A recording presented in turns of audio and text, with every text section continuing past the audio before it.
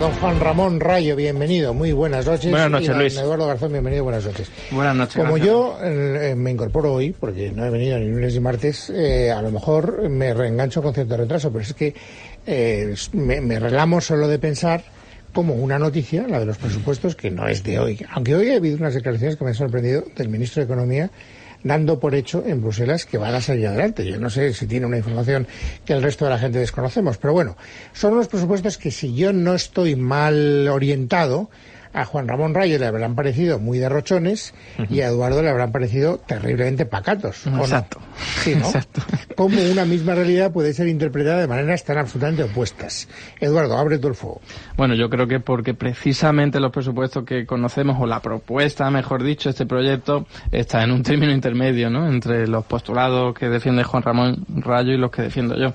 En cualquier caso, yo miraría un dato así central. O sea, si nosotros nos fijamos en el proyecto, si se aprobara, el gasto público en porcentaje del PIB estaría en torno al 40,5%, como mucho 41%, con lo cual estaríamos hablando que es un nivel inferior a lo de los últimos 10 años pasados. O sea, que a mí me parece que eso es un indicador que revela que el gasto público sería muy inferior a lo que estamos conociendo, por lo tanto serían presupuestos que consolidarían los recortes. Simplemente una comparación con la media europea está en torno al 45%, y ya con otros países que superan incluso el 50% del PIB, pues me ratifico, ¿no? O sea, insisto en que los presupuestos lo único que hacen es consolidar los recortes que ya se empezaron a realizar en el año 2010, que por cierto nos dijeron que iban a ser una serie de sacrificios temporales para salir de la crisis. Según el mismo discurso de los gobernantes y su vocero, hemos salido de la crisis, pero los sacrificios siguen ahí, no se han evaporado, y por lo tanto sí que considero que son claramente insuficiente. Otra cosa es que es verdad que ha habido una serie de detalles, de guiños, pero claramente enfocados a los comicios electorales que hay el año que viene,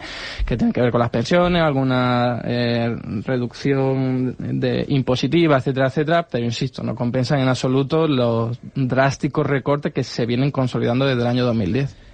Bueno, drásticos recortes en términos relativos, claro, porque el gasto no se reduce, el gasto aumenta. Otra cosa es que aumente menos de lo que va a crecer el Producto Interior Bruto, y por tanto el peso del gasto público sobre el PIB, es verdad, se reduzca.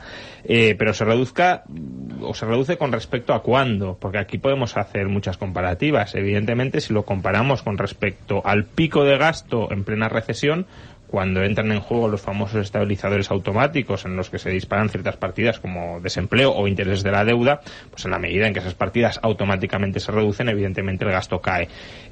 ¿Podemos hablar de recortes en ese sentido? Pues podemos hablar, pero me parece que es forzar un poco los términos. Si en cambio comparamos con otra métrica que es bastante razonable, cuál era el nivel de gasto público sobre el PIB en el pico de la burbuja, es decir, en el momento de nuestra mayor expansión económica, en el año 2007 el gasto público estaba en torno al 39% del PIB. Por tanto, aún hoy estaríamos por encima del gasto público máximo de la burbuja. Es decir, si miramos toda la historia, lo que resulta es que, al menos hasta el momento, el Estado ha ganado peso a la sociedad civil. La sociedad civil es más pequeña, el Estado maneja una mayor cantidad de recursos. E insisto, en términos de gasto contante y sonante, no hay recorte alguno. Hemos recuperado también los niveles de consumo público previos a la crisis.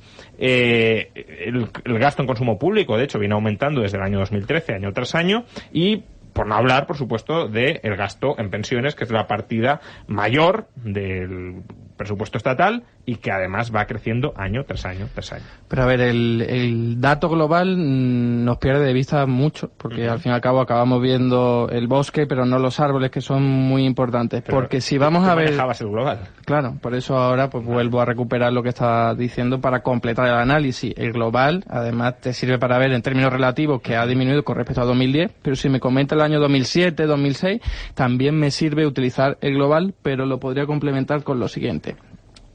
De todas las partidas cogidas por capítulo, incluso por económico del presupuesto, solo han aumentado dos de las más considerables, que han sido deuda pública, intereses de deuda pública y pensiones.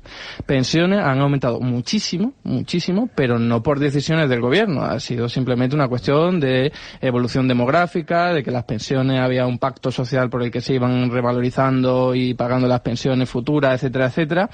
Y en lo único lo que ha metido mano de forma considerable los gobiernos, tanto el Partido Socialista como el Partido Popular, ha sido en todo lo demás: educación, sanidad, dependencia, cultura, en todo, inversiones, innovación y desarrollo, en todas esas partidas. Yo las cojo, acabo. ¿De presupuestos o de gasto total del Estado? De ejecutado. Sí, pero presupuesto de la Administración Central o de todo. En general, de todo el sector público, porque si nosotros cogemos los informes de intervención general, lo que vemos es que lo único que ocurre es que solo está hasta el año 2015 todo el conjunto de administraciones públicas, pero vemos que desde el año 2007 hasta el año 2015 se han reducido en todas las partidas. En sanidad más de 8.000 millones de euros, en educación más de 7.000 millones de euros, hasta de inversiones muchísimo más, que no sé si son 13.000 millones de euros. Entonces, recortes ha habido. Otra cuestión es que evidentemente ahora estamos en un auge económico, ¿no? Gracias a los vientos de cola, sobre todo no a las políticas de austeridad, y entonces pues da pie a elevar un poco el gasto público, pero insisto, muy poco comparado con lo que sería necesario. Bueno, varios comentarios. Bueno, eso de que se ha reducido el gasto en educación, en sanidad, etcétera, si tú miras el gasto sanidad por habitante, educación por habitante, etcétera, lo tienes al mismo nivel del año 2006-2007, es decir, al mismo nivel de antes de la crisis. Otro dato igualmente relevante en este sentido es el dato de consumo público. El consumo público se refiere a todos aquellos gastos dirigidos a proveer bienes y servicios para la ciudadanía por parte del Estado. Es decir, no se incluye pensiones, no se incluye intereses de la deuda, no se incluye subsidios de desempleo, se incluye pues sanidad, educación, dependencia, compra de medicamentos, etcétera. Y el gasto de consumo público por habitante, descontando inflación, está a los niveles de 2006. Por tanto, estamos al mismo nivel que antes de la crisis en todos los servicios básicos que proporciona el Estado. 2. Antes has comparado el nivel de gasto público global en relación al PIB con Europa. Bueno. ¿Te está gustando este episodio? Hazte fan desde el botón Apoyar del podcast de Nivos. Elige tu aportación y podrás escuchar este y el resto de sus episodios extra. Además, ayudarás a su productor a seguir creando contenido con la misma pasión y dedicación.